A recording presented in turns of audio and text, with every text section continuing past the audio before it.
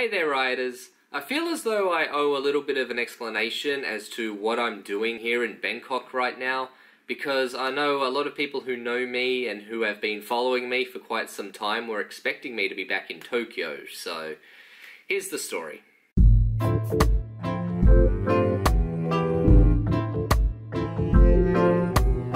Those of you who have been following me for the past year or beyond that and watching my videos, you know that I moved to Chiba in Japan last year with the intentions of being an English teacher.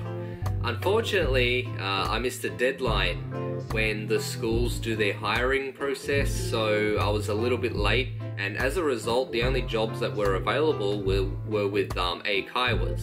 I applied to several eikaiwas, and I even did 2 interviews with one of them specifically, and after the second interview, they just said no.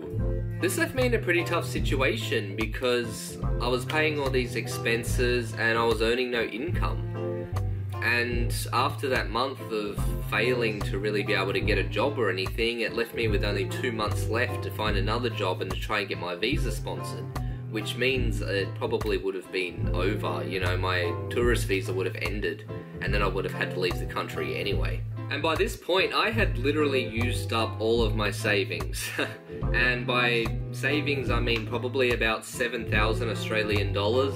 Now that may sound like a lot, but keep in mind that includes the moving in costs for the apartment and all the money you need to put into that, which can be months in advance that you need to pay. It also included transportation fees around the city, trains and stuff. What else? Food, drinks.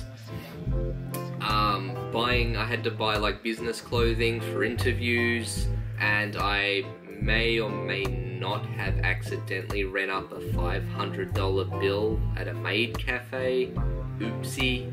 So when the month was over, I just accepted the fact that I'm gonna have to cut my losses and return back to Australia. And my plan then was, I guess, to save up, try saving up a little bit more money, so then I can try again moving to Japan again the year later, which would be this year.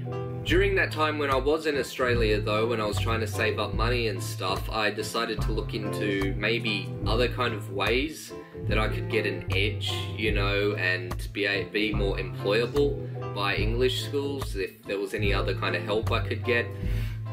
And that's when I discovered this little thing called a TEFL certificate. The TEFL certificate was a little over 168 hours long, and the company that it was with, they offered, you know, recruiters and their own personal and shared kind of job boards, and I figured, wow, this would really help in what I want to do. So after saving up that little bit of extra monies, I decided to just dive in and get the TEFL certificate. And the good thing about this job board and the recruiter is the fact that they find jobs like worldwide. It's not just going to be Asia or just one or two countries in particular, it's worldwide. And this certificate only took me about 4 weeks to complete. And then of course I had to wait another week for it to get posted to me and everything, and yeah. And once I had the certificate in my little hands, I then of course asked the recruiter, I'm like, man, is there any work in Japan going at the moment that I'd be able to do? And wouldn't you just know it, only the eikaiwas were available. And I was like, hell no.